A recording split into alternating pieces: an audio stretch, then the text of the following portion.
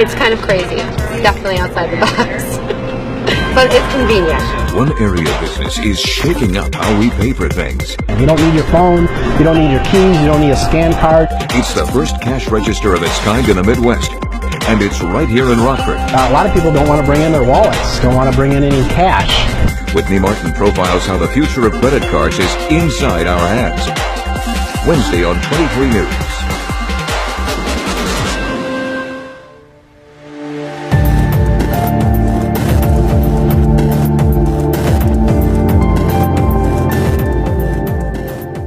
Has been bringing you continuing coverage of the global refugee crisis and the impact on the United States.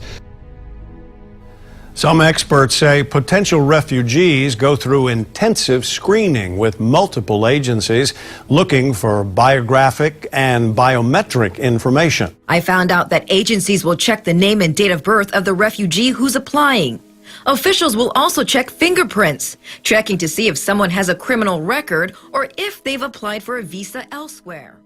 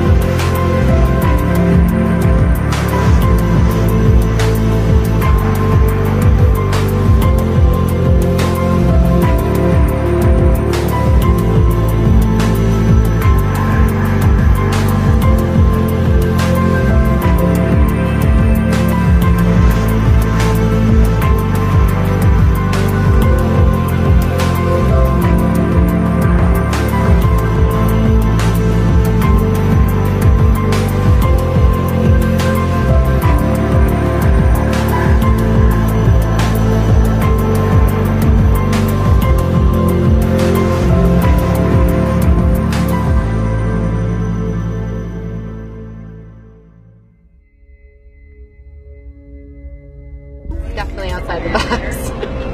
But it's convenient.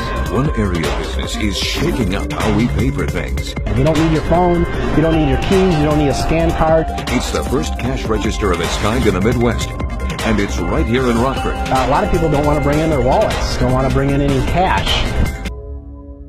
There are challenges with privacy. How many ever worry about your privacy online? Yeah, big data is great, but of course it's a form of soft surveillance. I don't know if you saw this over here, but recently in Europe, Samsung Television warned the users of its smart TVs, did you see this? And said, please be aware that our voice recognition technology can record private conversations in your living room, and because that information then is stored in the cloud, it can be accessed by third parties. Talk about George Orwell. We now have the Epicenter workstation in Sweden, which is encouraging its workers to have a microchip placed under their skin. They say that this will allow people to use the security doors, it allows them to use the photocopy machine, allows them to pay for lunch at the canteen all using the microchip. It sounds convenient. The problem is, though, that any programmable device is, in theory, hackable. So we have to think, do I want my body to become a hackable device?